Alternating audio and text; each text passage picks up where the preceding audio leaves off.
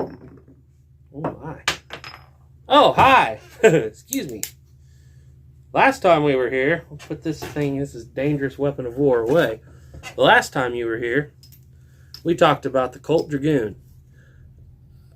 44 caliber, massive heavy pistol that saw a lot of action in the West and sold 20,000 units. Today, we're going to talk about the baby version.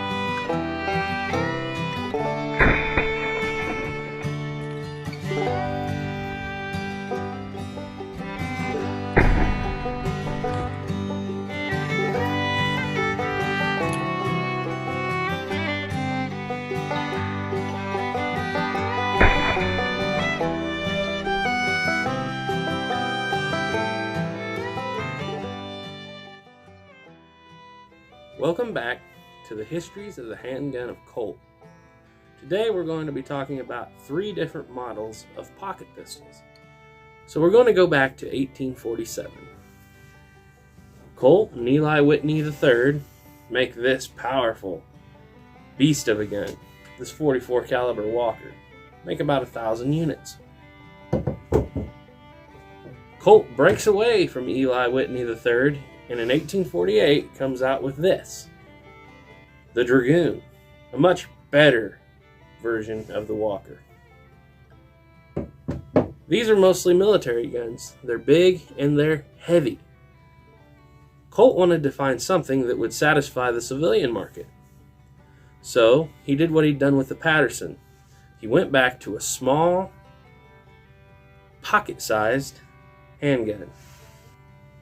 In 1848, Colt moved to his new factory on Pearl Street, where he started producing the first model Colt Dragoons. The first pocket model put out by Colt in the new establishment on Pearl Street was a 31 caliber 5-shot revolving pistol with a standard barrel length of 4 inches. The Colt Baby Dragoon has round cylinder stops, a square back trigger guard, and no roller on the hammer, and no loading lever. To load this gun, you have to take the barrel off, remove the cylinder, and then use the base pin to press the balls into the chambers. It generally has 1 safety pin. Standard barrel lengths of 3, 4, 5, and 6 inches. The regular finish is blued barrel and cylinder, case-hardened frame, brass silver-plated back straps and trigger guard, and a 1-piece polished wood grip. The Baby Dragoon has a cylinder engraving the same as the large Dragoons, with the Dragoons fighting the Comanche Indians. Now this was a very popular gun, and it was made basically from 1847, late 1847, early 1848, until 1850. Around 15,000 of these were produced, and I've heard different things. Some of the oldest sources say only 2,000 were produced. Haven and Belden says that 10,000 were produced, but the most recent number I have found is from ColtCollectors.com that says that roughly 15,000 of these guns were produced. and they have some serial numbers to back that up. So all this time, this is for 3 years, that's relatively good. That's almost as many, that's only 5,000 less than Colt made of all models of the Dragoon. What we see here is a man with a pepper box and a baby Dragoon. Unfortunately, this is just a school teacher posing for his students, pretending to be a miner. While in his factory on Pearl Street, Colt looked out the window one day and saw a factory coming up across the street. Now this factory looked very similar to his. It was a 3-story building, complete with coal houses, annealing factory, and all the machinery that he had. And this factory belonged to Edwin Wesson, brother of the soon-to-be famous Dan Wesson. And so the rivalry began. In 1848 and 1849, Colt began looking for a new factory because the orders for the Dragoon and the baby Dragoon were so high he could not keep up with demand in his current building. So he moved across town to Grove Street. Around this time, Colt made some changes to the baby Dragoon. There's a second model of pocket pistol that's very rare. Some call it the Wells Fargo model. It has a rounded trigger guard, octagon barrel, no loading lever, but it has the same rectangular cylinder stop and key lead-in as the other guns of the area. I'm not going to do much talking about this firearm because I haven't got very many references on it. I do know they exist. I don't know what numbers they're in. But some people debate whether Wells Fargo even purchased them. It's up in the air. So we're not going to talk about that. What we do need to talk about is how in 1849, Colt starts development on 2 pistols. One would be on the market in 1849. One would not be on the market until 1850. One would be the small pocket 1849 that we're talking about today. The other one in development would be the 1851 Navy. Really popular gun. And it would take over the military, basically. But today we're talking about the smaller version, the 1849 pocket model. A lot of things were happening in 1849. You have people going to Oregon, people going on the Santa Fe Trail already. You have something really big happening out in California. On January 24th of 1848, gold was discovered in California in a place called Sutter's Mill. Now, if Manifest Destiny and westward expansion had been in full gear before, now they were in overdrive. People took off to the west, and with them, they took Colt's brand new pocket pistol.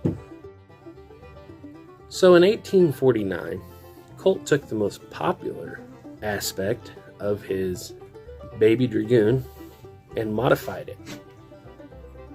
What you'll see here is the 49 pocket model. It has an octagon barrel, complete with loading lever now, a large forcing cone, giving plenty of room between the cylinder face and the face of the breech. That's so that you can load it with the barrel on. And it also has the square or rectangular cylinder stop notches with the key lead in. Also, if you can see it here, this one has one safety pin. Now, most 1849 pocket models have a safety pin between each and every chamber. This is a 5-shot 31 caliber, just like the baby Dragoon. The Dragoon, pictured here, is a very large pistol, and the reason for that is because the metallurgy of the day. If you wanted a 40 grain charge behind a 44 caliber ball without fear of the cylinder exploding like you did with the Walkers, which used a 50 to 60 grain charge, you had to build this thing massive. The same theory applies. In order to get this gun small enough to fit in a pocket, you have to take it down to something to like a 31 caliber. Alright, I'm going to show you right here just exactly what the size difference is. What you see here in front of you is a 44 caliber round ball. It's actually 45 caliber. This one being .457. This is what the Walkers and Dragoons would have shot. Now, this is a 36 caliber round ball. This is actually a almost 38. It's a 3.75. This is what your 1851 Navy, your Colt Paterson, your 62 Pocket Police model would have fired. And all the way down here is a 31. Now this is actually a 32, even though it's called a 31. This ball is .325. And so this is what your 1849 pocket model and your Baby Dragoon fired. It's not very potent. Another difference between the Baby Dragoon and the 1849 pocket model is the trigger guard. 1849s come with a rounded trigger guard, whereas the Baby Dragoons have a square back trigger guard similar to this Walker. Now, in 1848, if you wanted to carry a revolver that was not the size of this, you had two options. You could either go the cheap route and carry this. Now this is a pepper box. This is not the best reproduction pepper box out there by far. It needs a lot of work. It'll get its own video someday. But this is a 4-shot. They come in all the way up to 8-shot. There's no barrel. There's no rifling. Some of them are double action, some of them are single action, but as you can see, and this is not loaded, I'm going to point at myself, there is zero sight picture of any kind on these guns. That hammer blocks everything. These are made to be used at about 3 feet. So you either, like I said, took this cheap pepper box, which you could probably get for $7 or $8. It's, like I said, it's not all of that, especially if you want to take somebody more than about 3 feet away. So Colt comes up with this pistol. Loading lever attached, the right cylinder stops and lead ins, and it's very light. It weighs 28 ounces. You can fit this in your pocket. It comes in barrel lengths of 4, 5, and 6 inches. Now the 6-inch barrel would have been better for a little longer range shooting, but would have been more difficult to conceal. So the 4-inch barrel was the most popular. The cylinder engraving on the 49 pocket model is also different from the cylinder engraving on the Baby Dragoon. As you can see here, the Baby Dragoon has the standard old engraving with the Dragoons fighting the Comanches. As you see in this picture, this is the engraving on the 49 pocket model. We have a stagecoach robbery, and the man from the stagecoach is firing his 49 pocket model at the robbers, who seem to be in complete disarray and completely stunned by the power of the 31 pocket model. In 1849, Samuel Colt moved to his next factory. He did several other things. He decided to go abroad with his business and actually took some weapons to the Turks, who liked them and ordered 5,000. Also, in 1849, made a very smart hire. This is Elisha K, a man who was well known as the best machinist in Connecticut at the time. He was probably the highest paid machinist of the era. So let's talk about rifling. This revolver has rifling, which, like I said, compared to the pepper box, is a great advantage.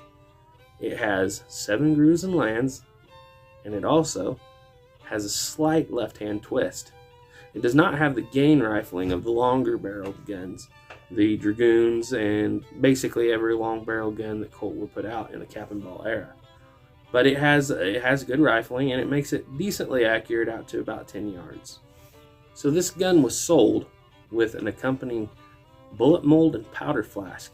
The powder flask threw a charge of 13 grains of pistol powder, and the mold had 2 cavities, one for a conical bullet and one for a round bullet. The conical weighed 72 grains, while the round ball weighed only 50 grains. But it's plenty enough at card table distances and anything under 10 yards, especially in the 1840s, when if you got scratched by a thorn, you could die of infection. And if you took a round ball covered in rancid bear grease, black powder, and fired it into someone, taking a patch of their clothes in with it, more than likely this is going to be a bad winter for whoever that is, because there's no way to stop the infection. There's no antibiotics. You could keep the wound clean, but nobody wants to get shot with anything, even a 31 caliber. And at the time, people were smaller, and so this could definitely be a very lethal weapon in the right hands. And like I said, at 2 or 3, 4 yards, this is the gun to have. Now, let's talk about the cost of this gun. You remember that other factory on Pearl Street? That Wesson factory? Well, that would eventually come back to Colt again, because this gun was made from 1849 all the way up until 1872. But in 1856, Smith & Wesson come out with their pocket model. They had to halt production on this gun because Colt, in 1848, went to the patent office and complained that he had not had the ability to completely use his patent on the Paterson revolver because he had been out of business for basically 7 years. And after some legal fighting and a lot of paperwork, eventually he got 7 years added to his Paterson revolver patent. In 1856, Colt saw this coming. This revolver cost $11. And, by the way, this is a 22 short. Way less powerful even than the 31. So, from what I can tell, the records I found, in 1860, prices changed. I have not seen a statement of what the original price was, but there is a list that says new prices. The 31 pocket pistol, which is this one, they call it 31 caliber pocket pistol because they weren't using the nomenclature of 49 pocket model yet. The pocket pistol came out, would you believe it, for different barrel lengths, 4-inch barrel, 5-inch barrel, 6-inch barrel, ran between $9.75 to $10 a piece. $1 cheaper than this, and more power. Like I said, at the price of $10, which is still more than a month's wages at the time for most people, but less than half the cost of your Dragoon, this gun began to find its popularity. If you were a politician in New York, you could stuff it in your coat pocket. If you were a bullwhacker on the Santa Fe Trail, you carried it in a sash. If you were on the Oregon Trail with your family, once again, you could carry it in your pocket.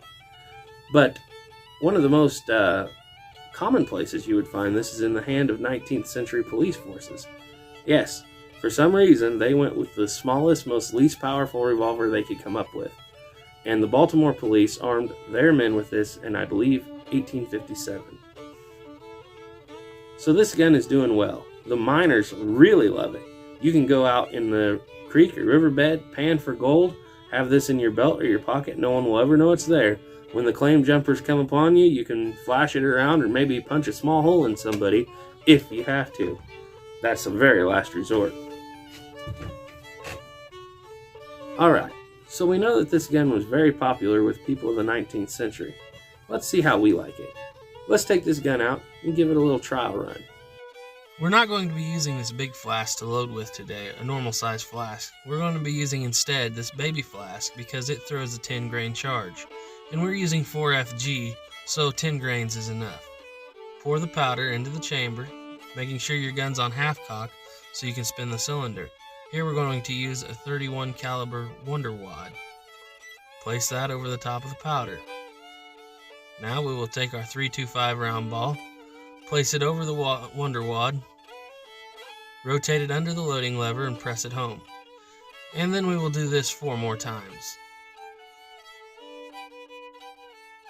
Here we're using CCI number 10 caps. This Uberti replica seems to like them more than the Remington number 10s. Place it on the nipple.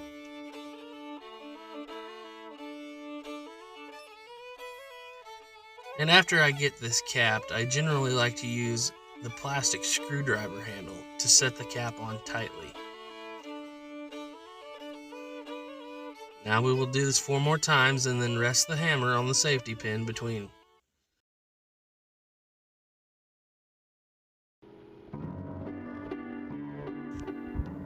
Now, the 49 pocket model had many names. Originally, it was simply known as Colt's Pocket Model. But as subsequent variants and other guns came out, Colt renamed it the Old Pocket Model. People today call it the 1849 Pocket Model.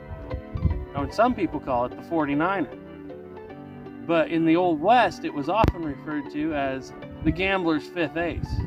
Let's see if we can put that to the test at card table distances. Who's cheating?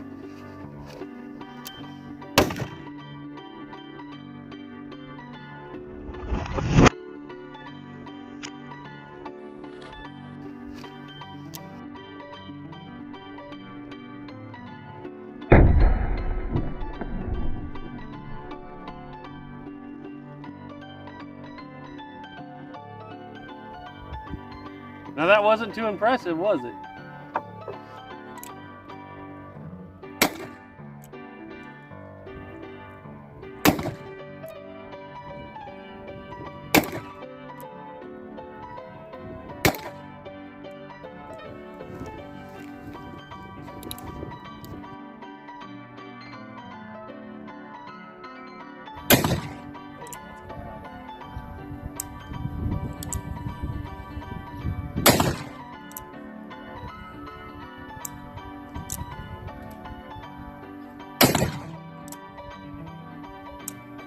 What's going on here is this hammer spring is not strong enough to set off every cap. So we're going to try to get through it, but it's not working very well. There we go, finally got a hit. All right, let's go back and try some of these that we hit once already. Getting a lot of caps in there. That hammer spring's letting them caps back down in the action. And this gun seems to shoot quite a bit high, like maybe 10 inches, and probably about 4 inches to the right for some reason. So not the most accurate gun, at least this replica, even at 10 yards. And we got a cap jam. All right, we'll be right back with you. All right, we're having a terrible time with this gun at anything more than about 8 yards. So we're going to use this the way it's meant to be used.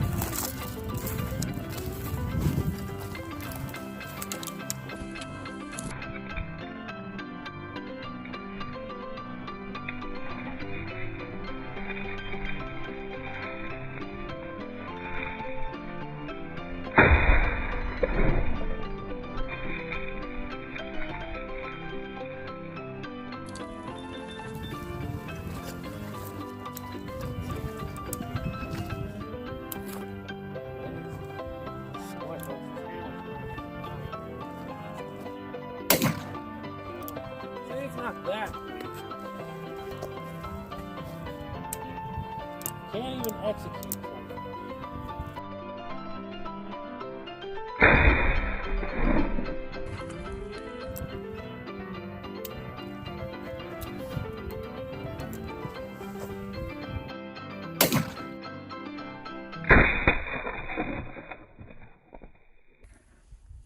Alright, we're back in the studio now. As you can see, this gun has some problems. It cap jams a lot, and that's not because of the hammer, it's not because of the cones or nipples. And this gun does take the CCI number 10 caps very well, they fit tight. The trouble is, in these reproductions, the hammer spring is so light that when you fire it, it blows the hammer back. Just about every time, blowing the cap right off it. You can't hold the cap on the nipple, and it blows it off and right back into the action. Now, Mark Hubbs from Aragon Bullet Molds has a video on how to fix it. I haven't done it to this model yet. You can simply order another spring from Uberti, put a little oil on your first spring, and add the second spring to the first spring, and double the pounds it takes to pull the hammer back, and it will hold the cap on very well. I haven't done it, but I've heard it works well.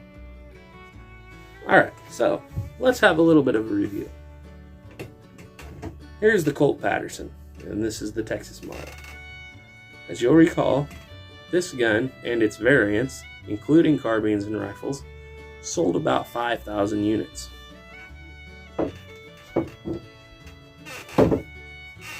Here's the Walker, only made for 1 year. 1,000 units were sold to the military and 100 were made and sold to the civilian market or given away as presents to dignitaries, senators, people who would have a say in whether or not Colt's pistols got adopted by the military. Here's the Dragoon. Right around 20,000 of these were made, somewhere between 20,000 and 2,100. Very popular with cavalry, Dragoon units, very popular in the West for buffalo hunting, and generally known as a far better version of the Waka. So up to this point, Samuel Colt has made, roughly, of all his other guns put together, 26 to 27,000 units all told.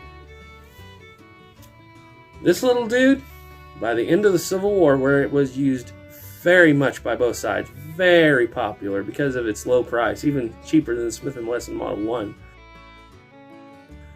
Everybody wanted one of these in their pocket, North and South in the Civil War. Police forces, miners, like I said, immigrants, everybody moving west wants one of these. So these are some reports from a United States Senate meeting on Colt arms, February of 1850. This report was made by M. Gwynn, the U.S. Senator from California. Dear Sir, in reply to your letter of the 25th, I will state that Colt's repeating pistols are preferred in California over any other kind of arms. In fact, there is no part of the Union where they are so highly esteemed.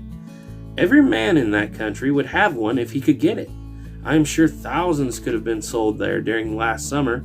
The Indians in the gorges of the Sierra Nevada are terrified into honest habits by the miners in that region, being armed with these small pistols. M. Gwynn, United States Senator from California. Here's another testimony from T. Butler, the King Collector of the Port of San Francisco. February 26 of 1850 to the United States Senate. These pistols were selling among the miners, as I was informed last summer, anywhere from $250 for the small pistol to $500 for the larger pistol. They were of undoubtedly the greatest service in enabling Americans to maintain the superiority among greatly superior numbers of Mexicans and other foreigners. One gentleman informed me that he attributed the safety of himself and 25 companions entirely to possession of these pistols, and they were surrounded by hostile Indians, who, when they discovered these pistols in the hands of the immigrants, permitted them to proceed without further molestation. I'm sure the immigrants and the country are much indebted to you for your efforts to have them supplied with these arms. T. Butler, King Collector of the Port of San Francisco. By 1872, when production ceases, 320,000 of these bad boys would be made. So that puts this gun at the top of the pile. This is the most popular, the best-selling cap and ball or percussion revolver of all time. Nobody in Europe or the United States ever caught it in its time. So that about does it for this episode. Next time we come back, we're going to be talking about how Colt, even though he has this massively popular civilian gun, is going to do something to the military market that it has never seen.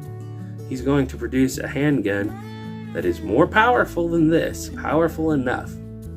Not as powerful as the Walker Dragoons, but can be carried practically in the holster. And we will cover that in the next episode. If you like watching these episodes, please subscribe, like, and share them with a friend. Now, you've seen us pull this little revolver out several times, this little Smith & Wesson Model 1, and we've already gotten into some of the history of Smith & Wesson in this very episode. But stay tuned, because next we're going to be starting our history of the handguns of Smith & Wesson, which will include a power test between the 49 pocket model and the Smith & Wesson Model 1. Now, I might be biased, but I think I know who's going to win that. Maybe not the speed test, but as far as the power goes, I'm going with this all day long. Now, if you want to see other videos about the 49 pocket model or the Baby Dragoon, check out Ian at Forgotten Weapons. He has at least one very good video on it. Check out Duelist 1954, several videos. As a matter of fact, just recently he's uploaded a video on 19th century policed handguns, which is has a lot of information about the 49 pocket model. And last but not least, go ahead and check out Duke Frazier's videos. So anyway, thank you for watching, and we'll see you next time.